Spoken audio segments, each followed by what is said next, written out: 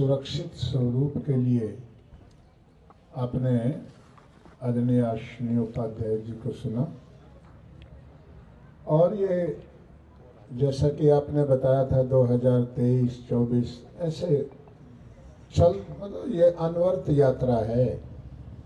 और ऐसा भी नहीं है कि इस अनवर्त यात्रा का कोई फल कोई और पीछे पीछे ऐसा काम करने वालों के पीछे पीछे मौत मंडराती है। ऐसा महर्षि दयानंद जी महाराज ने किसी का क्या बिगाड़ा था? 17 बार जहर दिया। स्वामी श्रद्धानंद जी महाराज का किसी ने क्या बिगाड़ा था? स्वामी श्रद्धानंद जी महाराज को गोलियों का शिकार मेरे पूर्वजों ने उस हत्यारे अब्दुल रशीद को मेरे पूर्वजों ने पकड़ा था। धर्म सिंह जो स्वामी श्रद्धानंद जी महाराज का अंगरक्षक रहता था। तो ऐसा भी नहीं है कि इस ये जो आंदोलन है, इस आंदोलन का फल कोई कुर्सी है, इस आंदोलन का फल कोई पद है, कोई कुछ नहीं है। इस आंदोलन का फल वही है जो पंडित लेखराम को लाहौर में पेट में छुरा, स्वामी श्रद्धानंद जी को छाती में गोली। ये पर अश्विनी उपाध्याय जी आज हमारे बीच में एक राष्ट्र पुरुष के रूप में है, जिनको दिन रात राष्ट्र की चिंता रहती है, बिना अपने पराये का। ये देखो, अब कोई सरकार अपनी पराई कोई अपना कुछ नहीं होता। अपना तो भारतवर्ष है। जो इस भारतवर्ष को सुरक्षित रखे वो अपना, जो इसको विकसित करे वो अपना, जो सैन्य शक्ति बनाए वो अपना। जब से पीछे मोदी जी आए हैं, देश का सैन्य शक्ति के रूप में जो विकास हुआ, देश का जो सैनिक शक्ति के रूप में एक उभार हुआ, अब हम कह सकते हैं हमारा अपना है राजा। पर इतने मात्र से नहीं, देश के, मैं तो एक बात कहता हूं आपको, ये तो आपने बताया, एक और सुन लो। आज मैं अश्विनी जी आपको ये इतना मार्मिक जो आपको वचन सुना रहे हैं, अपने देश में एक और ईसाई राष्ट्र की भूमिका बनती जा रही है दिन प्रतिदिन। आप कल्पना कर लीजिए, सोच लीजिए, नहीं तो एक बार और देश को बांटना पड़ेगा, एक टुकड़ा और होगा।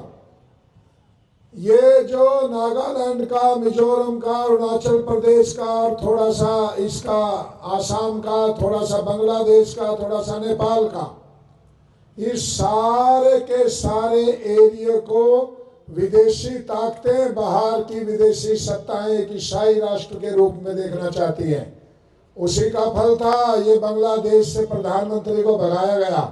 उस प्रधानमंत्री से बांग्लादेश वालों को क्या तकलीफ है, जिसको कुछ वर्ष पहले, कुछ दिनों पहले उन्होंने बहुमत से जिता करके प्रधानमंत्री के पद पे बिठाया है, वही तो बांग्लादेश था। चूंकि वो बाह्य ताकतों का, उन विदेशी ताकतों की इच्छा पूर्ण नहीं कर पाई, तो उसको वहीं थोड़े से पैसे फेंके और विद्यार्थी आंदोलन के माध्यम से उसे भगा दिया, भारत में आए। आने वाले 15 वर्ष तक यदि ये हर रोज जो ईसाई मिशनरी की एक्टिविटी है, ये मिशनरी एक्टिविटी नहीं रुकी, तो 15 वर्ष से पहले इस देश का एक और टुकड़ा और बंटवारा करने के लिए ईसाई मिशनरियों की योजना है। यहाँ हरियाणा में कोई चर्च नहीं होता था, गांव गांव यहाँ चर्च हो गए। पंजाब में तो दलित समुदाय का कोई बचा ही नहीं। आप कन्वर्टेड मुस्लिम की बात कर रहे थे, ये जो चन्नी ये स्वयं कन्वर्टेड ईसाई है। इसके सीएम बनने के बाद में ईसाई मिशनरियों की इतनी हिम्मत बढ़ गई थी, जिस दिन इसने शपथ ली, मोगा के पास में 8000 दलितों ने एक दिन में ईसाई मत अपनाया। देश के लिए आप पाकिस्तान किसने बनाया? मोहम्मद अली जिन्ना, उसका नाम, उसका दादा पुंजाबाई ठक्कर, गुजरात का। एक और वो जो ठक्कर वो था समुदाय, वो अपने आप को राम का वंशज मानता था। राम के वंशज के हिंदू, राम के वंशजों के पोता मुसलमान इस देश के 4 टुकड़े करवा गया। एक टुकड़ा भारत, एक पीओके, एक पाकिस्तान, एक बांग्लादेश। ये आपके ये शेख अब्दुल्ला का परिवार है। शेख अब्दुल्ला के दादा का क्या नाम था? बाल मुकुंद कौल, ब्राह्मण थे, इसलिए शेख कहलाते हैं। तीसरी पीढ़ी आज भारत की दुश्मन है, भारत की संस्कृति की, भारत की सनातन परंपरा की दुश्मन है। तो इसलिए पहाड़ा राष्ट्र के कटने का, बंटने का, घटने का एक पहाड़ा है। क्या? मत परिवर्तन, धर्म परिवर्तन, धर्म परिवर्तन, आस्था परिवर्तन, आस्था परिवर्तन, भूगोल परिवर्तन। ये एक पहाड़ा है। आप ये मत सोचिए कि आज एक ईसाई का मत, हमारा किसी दलित का, गरीब का खाली मत परिवर्तन हुआ। मत परिवर्तन नहीं है, ये भूगोल परिवर्तन की भूमिका है। आज कोई ईसाई बन रहा है, आज कोई मुसलमान बन रहा है। मैं एक भारत में उत्पन्न हुए मतों से भारत को कभी खतरा नहीं हुआ।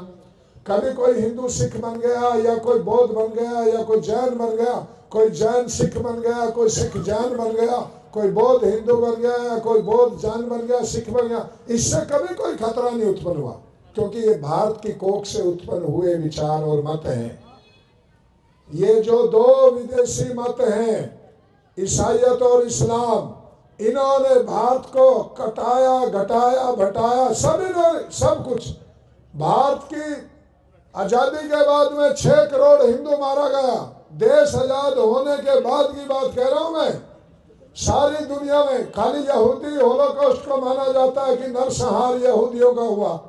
हिंदुओं के नरसंहार को नरसंहार ही नहीं माना जाता।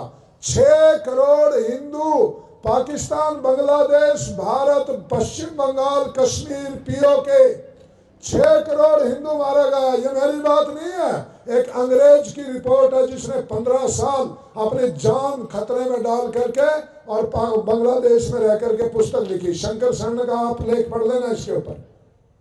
6 करोड़ हिंदू मारा गया आजादी के बाद, पर हमारे कान पे जू नहीं रेंगती।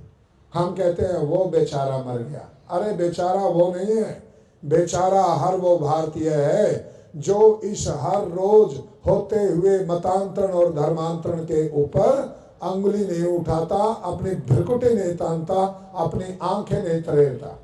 तो हमारी सरकारों से हम लगातार ये मांग करें, कठोर नियम बनाए, कानून बनाए धर्म परिवर्तन के खिलाफ। जो धर्म परिवर्तन कराते हुए मिले उसे आजीवन कारावास हो, कम से कम इतना तो सजा का प्रावधान होना ही चाहिए।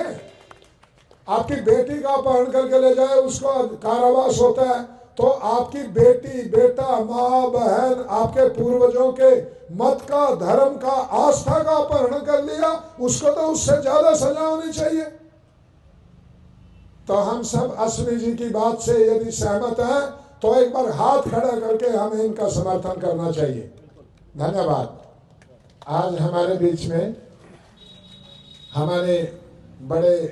हमारे भ्राताश्री, हमारे गुरु भाई और 2 बार के सीकर से सांसद और पूज्य स्वामी स्वतंत्रानंद जी महाराज